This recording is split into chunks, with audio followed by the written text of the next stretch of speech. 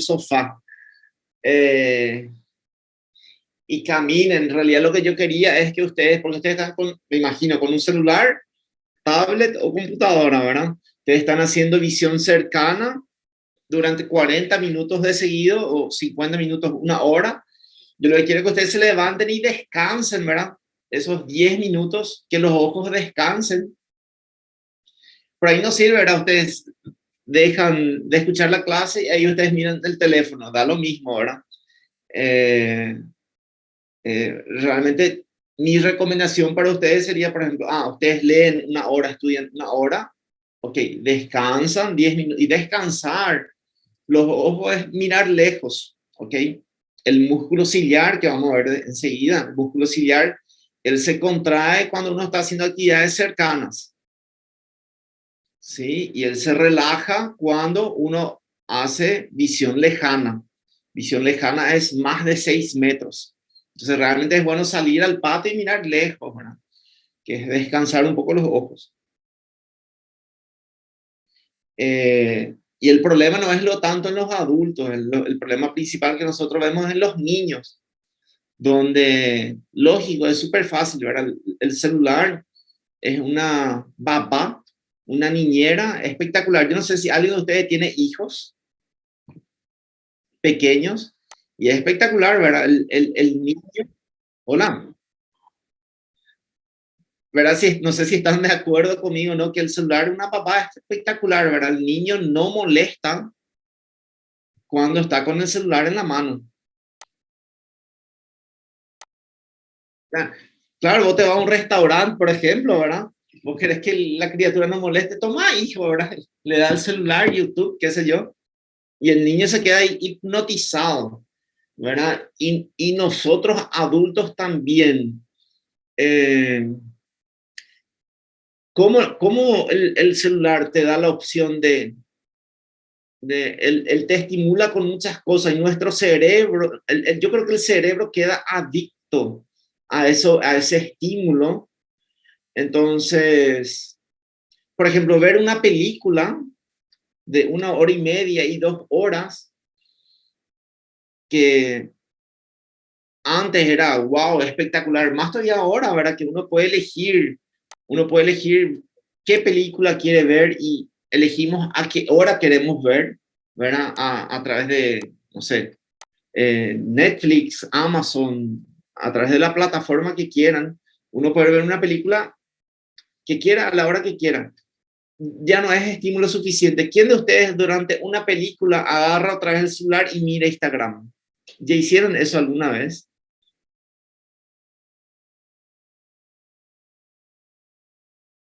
Piensen un poco, ¿verdad? Porque ver una película ya no es estímulo suficiente, uno quiere más estímulo, ¿verdad?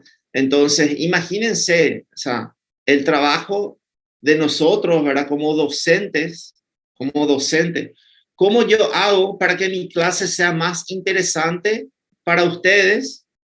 Más interesante que ver Instagram, por ejemplo. Instagram me gana 10-0, ¿verdad? Es mucho más interesante que escuchar una clase. Entonces una clase se vuelve aburrida comparado con los otros estímulos que uno recibe durante el día, ¿verdad?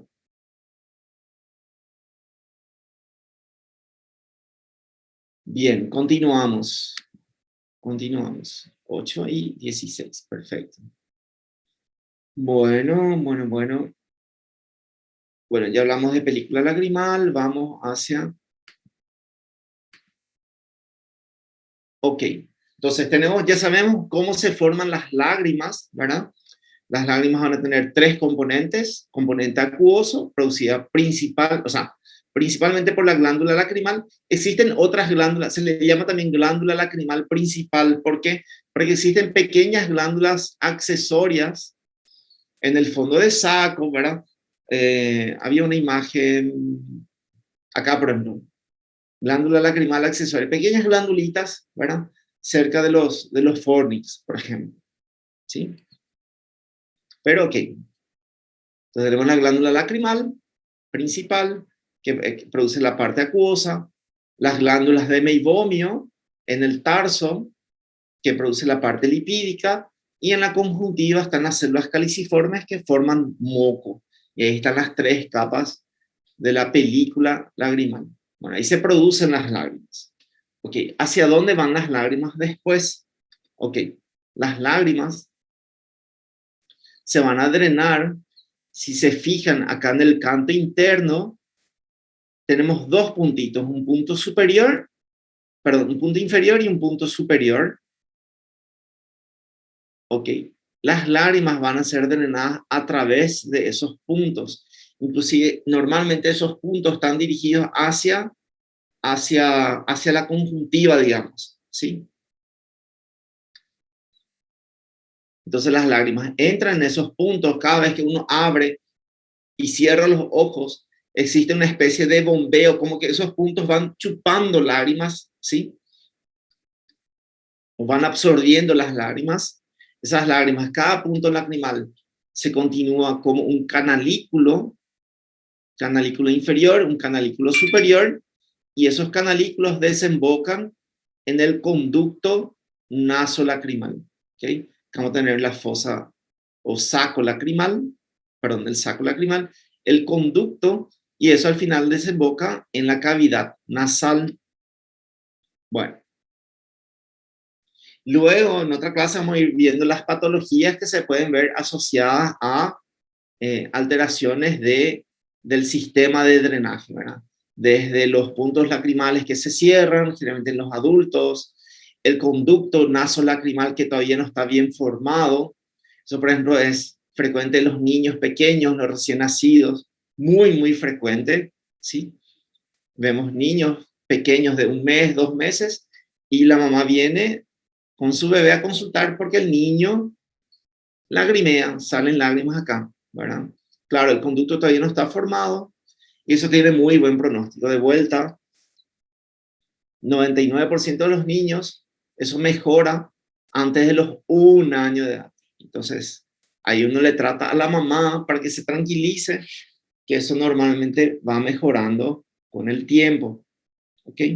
Entonces, si estudiaran el cráneo, cuando estudiaron cráneo, estudiaran que acá en el rostro había un pequeño orificio, ¿verdad? El orificio donde entra el, el conducto nasolacrimal. A ver, pum, pum. Secretor, excretor. Bien, estos ya vimos.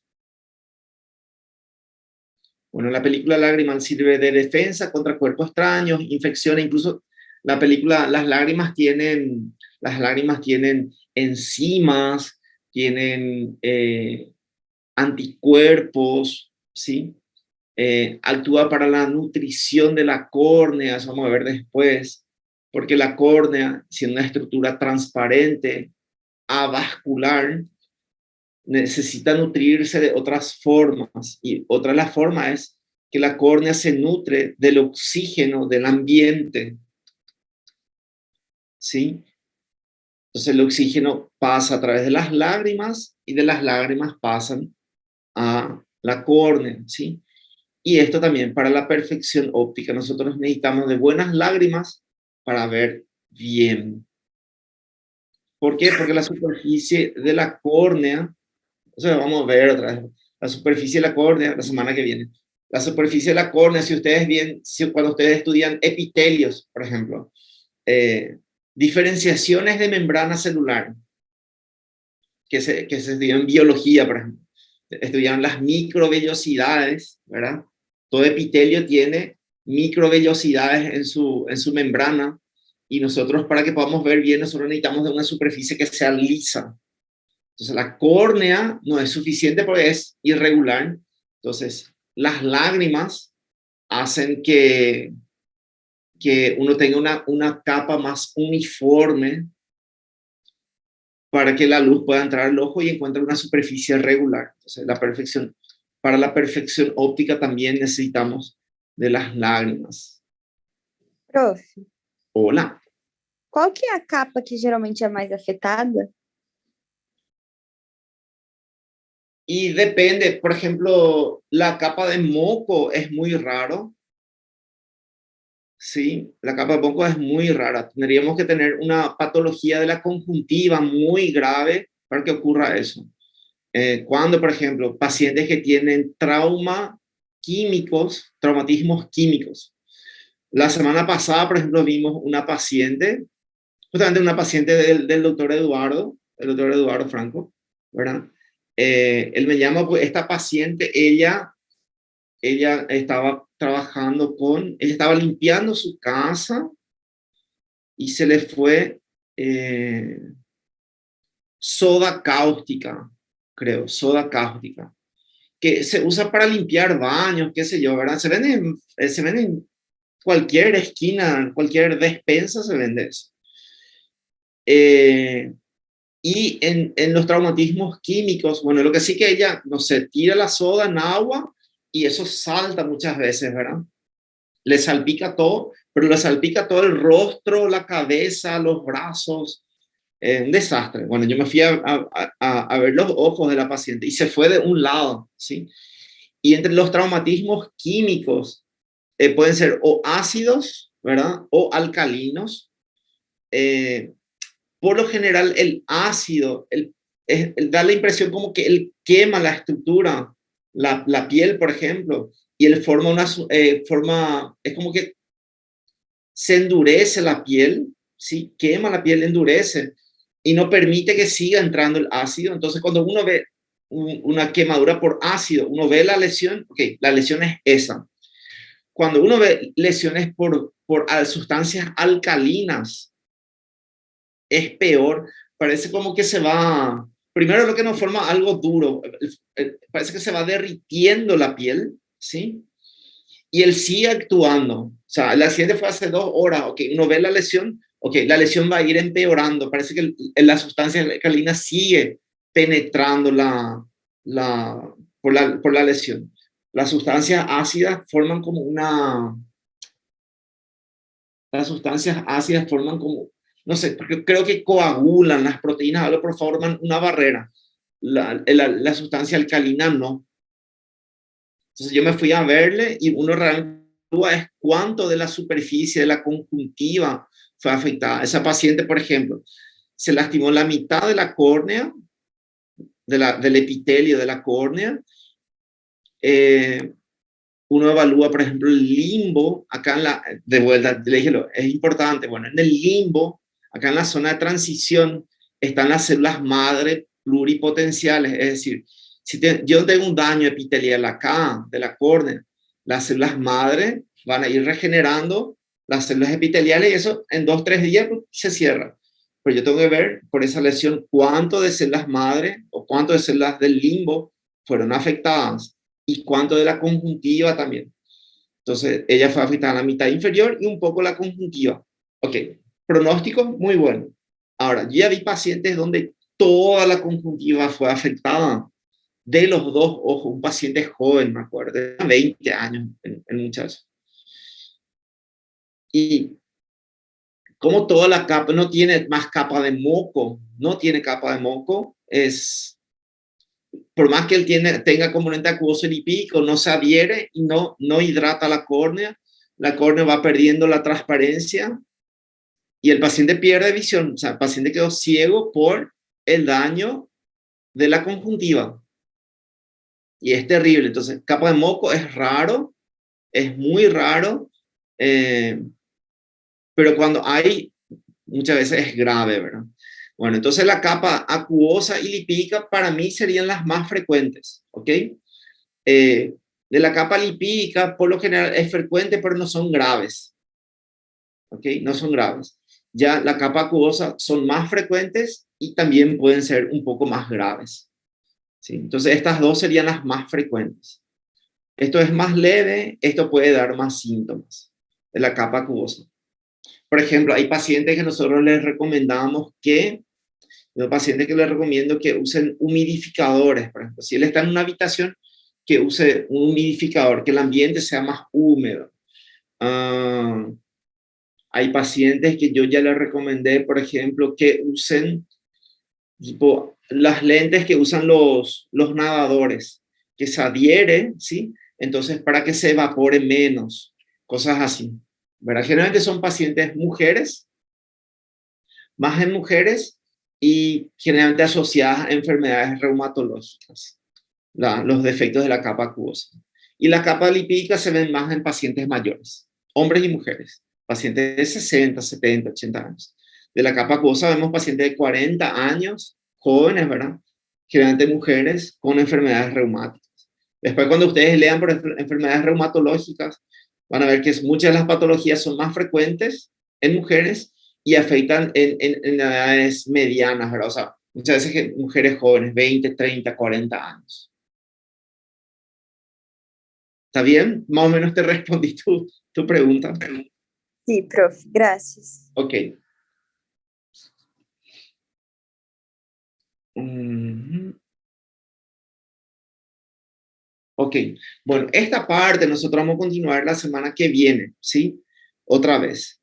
Pero ahora quiero hablarles ya porque vayan, digamos, vayan absorbiendo, vayan digiriendo ciertos términos, ciertos conceptos, ¿ok? Les pido, por favor, ustedes ya tienen, o por lo menos los líderes de grupo ya tienen un documento en PDF donde pueden leer todo lo que es anatomía, histología, fisiología. Bueno, ahora vamos a hablar del globo ocular en sí. Bueno, va a estar formado por 3 capas.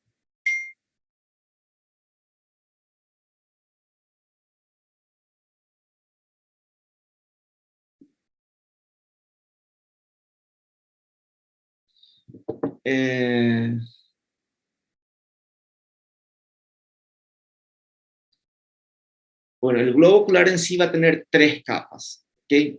Aprendan esto, por favor. Capa externa, que es formada por la córnea y la esclera, que ya estuvimos hablando, ¿verdad? Recién.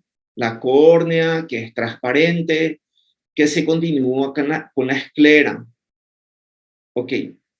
La córnea y la esclera son el componente, digamos, resistente, rígido, ¿sí? Del globo ocular, ¿ok? Es lo mismo, otra vez, si hablamos del reloj, ¿verdad? Un reloj, él es transparente en su parte anterior y atrás él no es transparente, ¿verdad? Es de metal, qué sé yo. Y un reloj, él es resistente por fuera, ¿verdad? Uno puede golpear el reloj, que si uno puede tocar, él es resistente. Una vez que nosotros abrimos el reloj, hay un montón de componentes ahí que son ya mucho más sensibles, ¿verdad? No podemos estar golpeando nomás. Una vez abierto el reloj, no, vamos a descomponer todo. Ok, lo mismo pasa con el ojo. Entonces, una capa anterior que es transparente, que es la córnea, que es avascular. Siempre que decimos es transparente, significa que es avascular. Pregunta de examen para pasar la materia. ¿La córnea es sensible? ¿Sí o no? Profesor, todavía nosotros no leímos, no interesa, yo quiero que ustedes respondan. ¿La córnea es sensible? ¿Sí o no? ¿Cómo vamos a ver si es sensible o no? Ok, tenemos que tocar nuestra córnea y vamos a ver si es sensible o no. No, profesor, yo tengo miedo. Ok, ¿tienen alguna persona que está en la casa? Ok, tocan el ojo, la córnea de esa persona y si le dan una patada es porque es sensible. Si no le dicen nada es porque no es sensible. Ok, entonces, la idea nomás es cuando ustedes tienen una pregunta y ustedes no saben, investiguen, o sea, en la hora, a ver cómo es, ¿verdad? Entonces, la córnea es la estructura, tal vez sea la estructura más sensible o una de las estructuras más sensibles del cuerpo humano, ¿verdad? Es súper sensible. Y está formado principalmente por tejido conjuntivo denso, ¿ok? Entonces la córnea y la esclera están formadas principalmente por tejido conjuntivo denso, así como un tendón, por ejemplo, ¿verdad? El tendón es blanco también, como la esclera, es resistente, ¿sí? Formado principalmente por tejido colágeno, ¿ok? ¿Cómo puede ser eso que es totalmente opaco, blanco, forma una estructura que es transparente? Bueno, eso se explica porque en la córnea, a ver.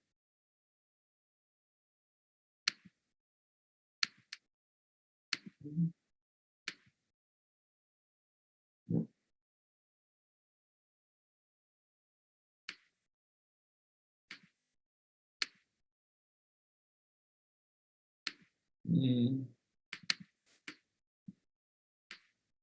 Yo quiero...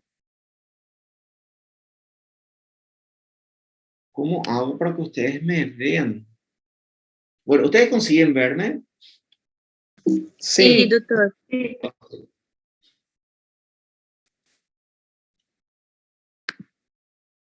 Ok. Las fibras de colágeno, a ver, ahí, están súper bien organizadas de tal forma a que haya espacios entre las fibras de colágeno, ¿sí?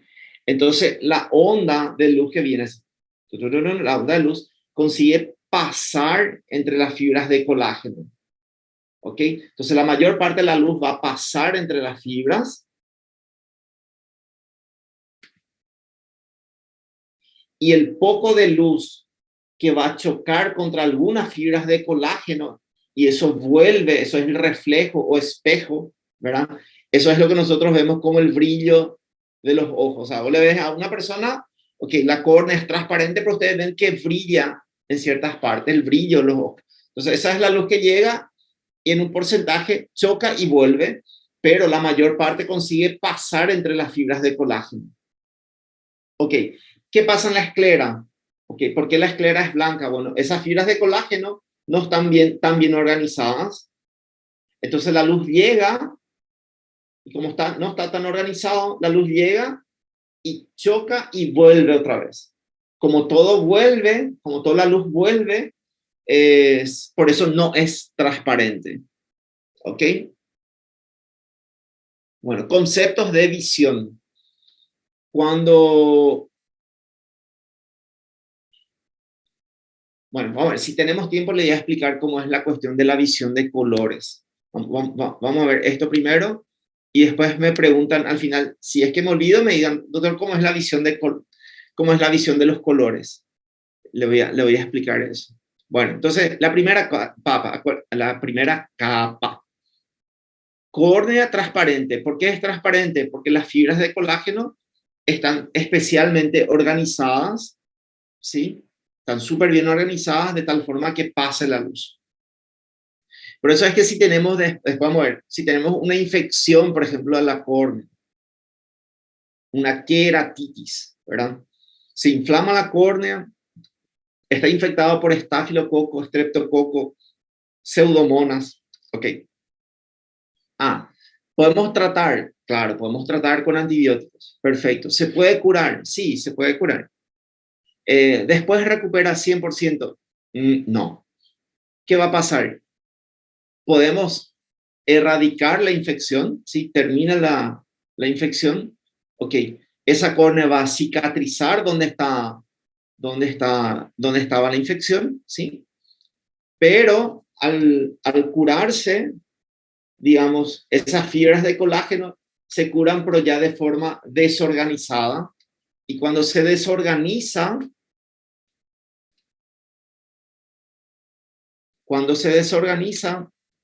pierde su transparencia.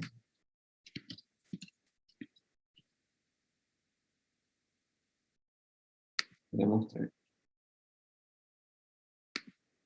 Okay, fíjense, la córnea está blanca, o sea, fíjense cómo se parece más a la esclera, ¿verdad? Está opaca, ¿sí? Pierde su transparencia. ¿Por qué? Tuvo alguna alteración, alguna infección o algo así. Qué lógico, ¿se puede curar después? Sí, se puede curar. ¿Queda bien después? No. ¿Sí? Va perdiendo su transparencia. Entonces, la córnea es súper sensible y es difícil, no es tan fácil tratar la córnea porque es una estructura vascular. Sí, entonces, que el paciente tome un antibiótico, ¿tiene efecto? No, no tiene ningún efecto porque la sangre no llega ahí, el medicamento no va a llegar. Por eso es que todos los tratamientos de la córnea, por ejemplo, o la conjuntiva, o sea, ¿para qué tomar el antibiótico que pase por el tubo digestivo, por la sangre hasta llegar al ojo? Siendo que uno puede hay medicamentos que uno puede colocar directamente en la superficie corneal, ¿verdad? O en la superficie ocular si es conjuntival.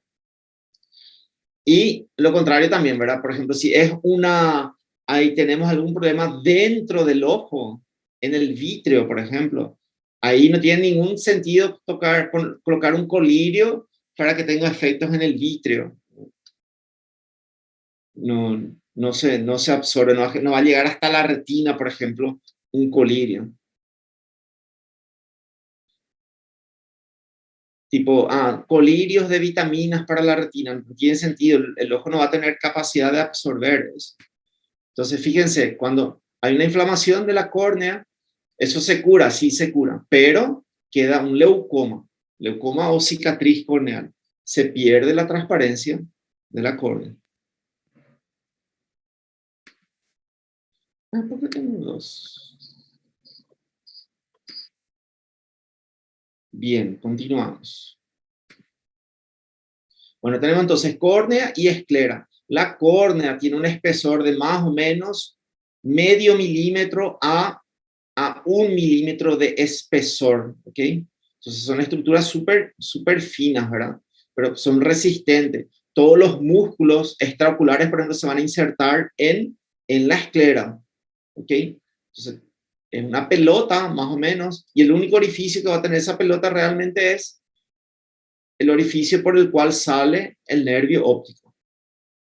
Bueno, esa es la capa externa. Vamos a la capa media. La capa media es la capa vascular. La capa vascular. Entonces la córnea era avascular. La esclera, vamos a ver la semana que viene, también es avascular. Bueno, y vamos al componente vascular del globo ocular. Bueno, la capa media, que es la úvea, después van a ver, siempre van a encontrar términos, por ejemplo, como uveitis. Bueno, es esto. La úvea tiene 3 componentes. El iris, que tiene 2 músculos, ¿verdad? Tiene un músculo que cierra la pupila, el músculo constrictor, y un músculo que dilata la pupila, que hace midriasis, ¿sí? Entonces, miosis es cuando se cierra, midriasis es cuando se abre la pupila. Entonces, el iris tiene por función regular el tamaño de la pupila, es decir, regular la cantidad de luz que va a entrar a los ojos. Bueno, entonces el iris está vascularizado y tiene 2 músculos. En su parte posterior, en la parte posterior, el iris va a tener una capa de pigmento también para que la luz no pueda pasar a través de acá. La luz solamente puede entrar acá, eso es lo normal. El iris se va a continuar con el cuerpo ciliar. Okay. El cuerpo ciliar, lástima que no tengo, en esta presentación no tengo una buena imagen de cuerpo ciliar. Vamos a buscar otra. Una buena imagen de cuerpo ciliar.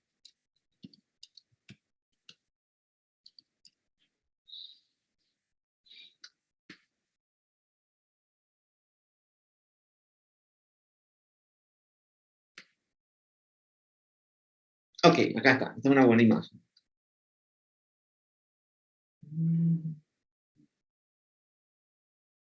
Bueno, tenemos el iris, la córnea, fíjense, la córnea, y se continúa con la esclera. Okay. El iris va a tener 2 músculos, todo eso vamos a ver otra vez la semana que viene, no se importa. 2 músculos, se continúa con el cuerpo ciliar. El cuerpo ciliar tiene un músculo, que es el músculo ciliar que va a estar conectado al cristalino mediante estas pequeñas fibras que son las fibras sonulares. Bueno, este cuerpo ciliar, que tiene su músculo ciliar, va a estar dividido en 2 partes. Una parte plegada que tiene estos procesos, estos deditos que son los procesos ciliares y tiene un doble epitelio. Okay.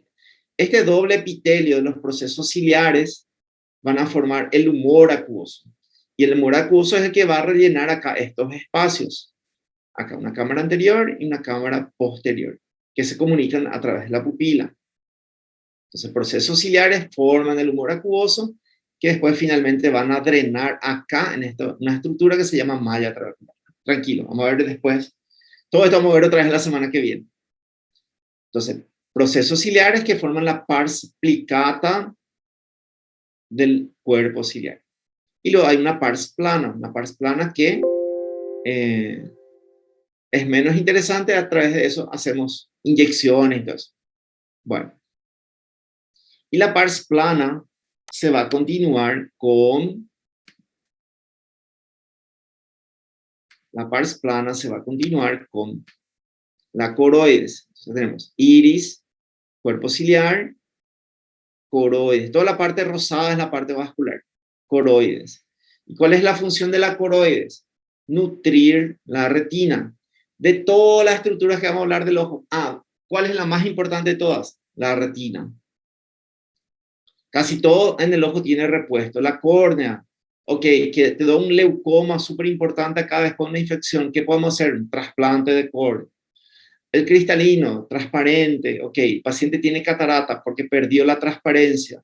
Ok, sacamos el cristalino, colocamos una lente intraocular.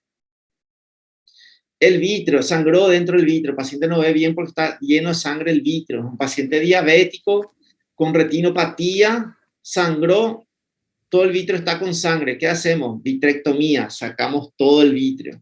Entonces casi todo podemos, ok, vamos a sacar, ¿verdad? Lo que no tiene repuesto, paciente nació sin iris, ok, ¿da para colocar un iris artificial? Da.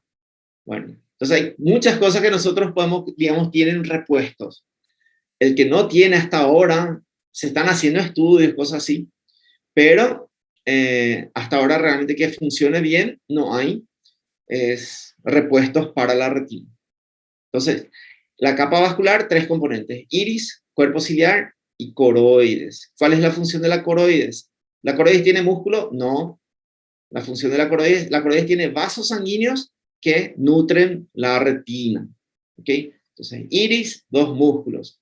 Cuerpo ciliar tiene 1 músculo. Coroides, ningún músculo. Entonces tenemos capa externa, capa media, y la capa interna va a ser esto que es la retina. Muy bien. Después tenemos el cristalino que se encuentra detrás del iris, conectado al cuerpo ciliar a través de las fibras zonulares. El cristalino que tiene capacidad de acomodación. Cuando nosotros miramos objetos de cerca, el músculo ciliar se contrae y el cristalino se abomba, queda más redondo, ¿sí? Entonces enfocamos mejor las imágenes.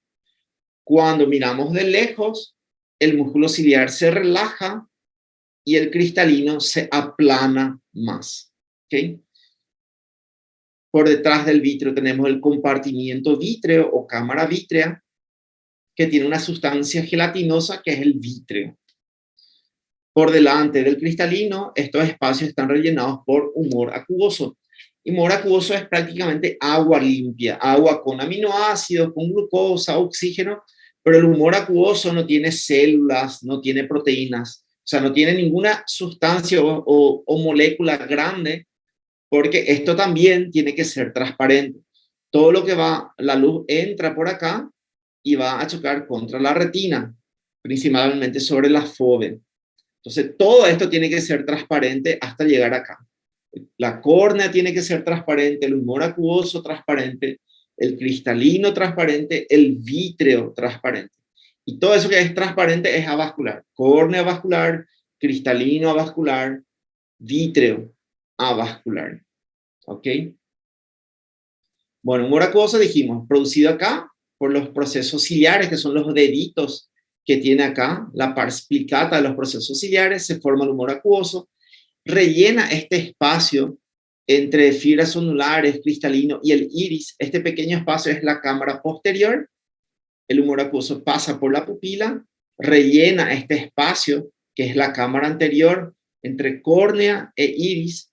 Está el espacio que es la cámara anterior y finalmente el humor acuoso es drenado en una estructura que está en esta esquina, en el ángulo entre el iris y la córnea. Y en esa esquinita hay una estructura que se llama malla trabecular o trabeculado, que es como una esponjita, una esponja. Por ahí pasa el humor acuoso y es absorbido. Después, por ejemplo, cuando hablemos de glaucoma y todo eso, vamos a estudiar mejor otra vez.